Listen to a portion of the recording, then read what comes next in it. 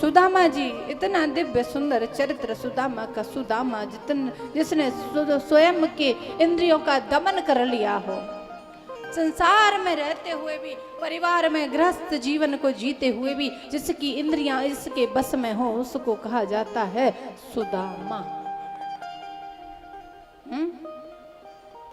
तो लोग ऐसा विचार करते हैं, ऐसा मैं नहीं बोल रही और ना कथा बोलती है ऐसा कि सुदामा दरिद्र थे।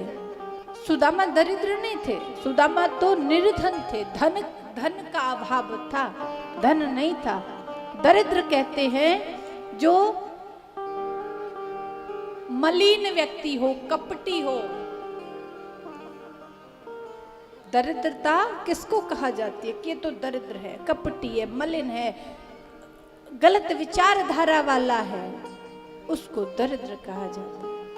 और सुदामा तो ब्राह्मण थे, त्रिकाल संध्या करते थे, भिक्षा यापन करके जीवन व्यतीत करते थे, संतोषी थे।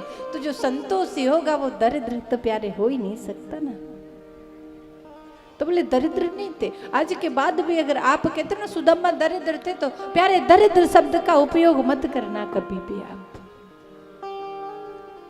क्योंकि सुदामा जी निर्धन थे, धन नहीं था। प्रतिदिन जाते थे, सुबह उठ करके भिक्षा लेकर के आते थे और भिक्षा में जो कुछ प्राप्त होता था, जो कुछ मिलता था, सुदामा जी ला करके अपनी सुशीला को, अपनी पत्नी को देते थे। बोले बना ले। बनाए क्या सुशीला? एक मुट्ठी, दो मुट्ठी, तीन मुट्ठी तंदुल आए, अब उसमें से क्या बनाएगी? दो साथ में बच्चे, चार बच्चे, एक सुशीला, एक पतिदेव सुदामा। तो सुशीला बनाती थी। किसी दिन 2 दिन की भिक्षा भी एकत्रित होती थी, तो इतना तो कम से कम बनाए कि 2 बच्चों का तो पेट भर जाए, पेट भर के बच्चे तो भोजन कम से कम कर ले। सुदामा हफ्ते भर एकादशी व्रत चलता था, और हफ्ते भर नहीं तो महाराज दिन में 3 हफ्ते में 3 दिन तो एकादशी होती थी सुदामा जी की। और सुदामा जी पतिदेव की होगी तो पत्नी तो वैसे ही महाराज जी करेंगे।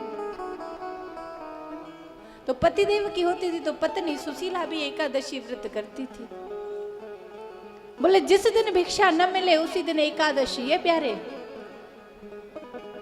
ऐसी विपत्ति, ऐसी स्थिति का सामना किया था सुदामा जी ने कि बच्चे 2-2, 3-3 रात्रि भूखे सो जाते थे।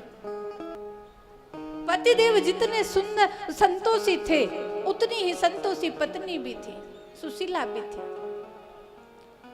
कभी कभी तो ऐसा होता था सुदामा जी के घर में कि हंडी चूल्हे पर चढ़ा दी और मारा जल भर दिया और बच्चों को लिटाया गोद में और करिए कि देख लाला इसमें खीर बन रही है। अब बच्चे रात्रि में देख रहे हैं कि आज तो खीर खाने को मिलेगी, खीर खाने को मिलेगी, और बस मिलेगी करते करते सो जाते हैं।